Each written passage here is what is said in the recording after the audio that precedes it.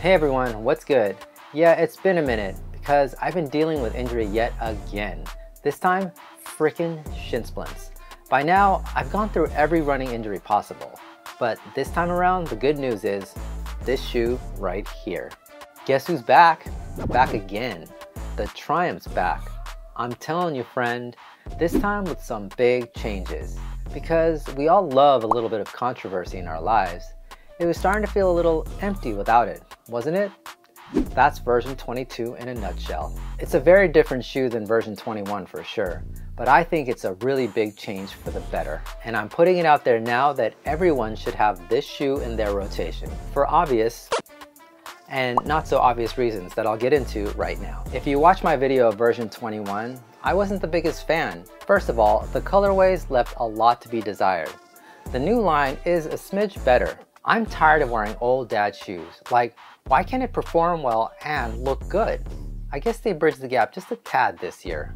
What really didn't change is the upper. There's tons of padding in the tongue, which is gusseted, and around the ankle collar. The laces still have that spongy rebound.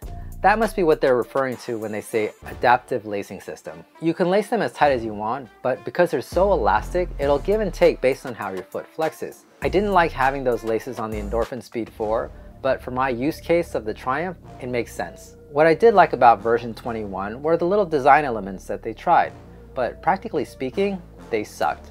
Bottom line for me is whatever you put on the shoe still has to work. And for example, the pull tab on the 21 didn't. I also never really liked this one lace loop that goes all the way down the side of the shoe. It pulled tight against your foot in a strangling sort of way. Weird, right? Anyway, they changed that, and as you can see, they only attached it up here, which makes it much more comfortable to lace up. Other than that, the 22 still gets kind of warm. You can't really get around that with so much padding and comfort, but I don't remember it being as bad as version 21. So good work on the changes to the upper. Now the fit of the shoe has changed as well. There is a lot more room in the toe box, which makes it much more comfortable for those longer sessions. And as per usual with Saucony, the fit is spot on for me. I wear a size 8.5 men's, and the room in front of my toes is exactly how I like it, about a ½ centimeter. Speaking of controversy, the specs are really confusing. On the website it says the heel is 37 millimeters with a 10 millimeter drop, but on a lot of other sites they've measured 40 millimeters in the heel. The weight feels off too. Saucony measured 10.1 ounces for a US men's 9. I wear a half size smaller, but it was coming in higher at 10.6 ounces. It is definitely heavier than the previous version. So what's up with all this controversy? As you can see, they made a lot of changes, but I saved the biggest one for last, and that's the midsole. I've been looking forward to this shoe ever since they announced that they were going to use Pwrrun PB in the midsole, and it was well worth the wait. The shoe is now much softer compared to version 21, which had Pwrrun Plus. I think that change ruffled a lot of feathers. Whereas I like this version, others who preferred what I refer to as the vulcanized midsole did not. I saw a ton of polarized comments out there, and I see their point. I have to admit the 21 felt more nimble and peppy. Now version 22 feels more stable with this wider base, and a little more hefty because of the higher stack. If it weren't for the 10 millimeter drop, I think it would feel much slower. Here's the thing, most shoes are going with a higher stack. And the issue I saw with the previous Triumphs was that it was competing directly with the Endorphin Speed. Between the two, for $10 more, I get the Speed.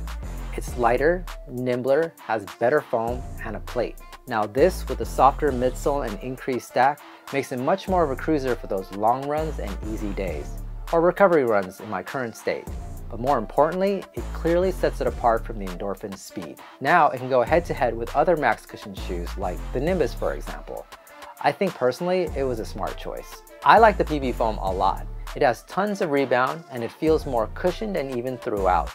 I found the Pwrrun Plus was too harsh. Yes, the previous version was a bit more of an all-around shoe, but I personally wasn't going to wear it for longer sessions, and certainly not while I'm recovering from shin splints. Maybe you won't be doing speed sessions with version 22, but you can pick up the pace for a tempo run, I believe. Let's wrap this up with the outsole. As far as I can tell, it's the one place without any controversy. It remains the same.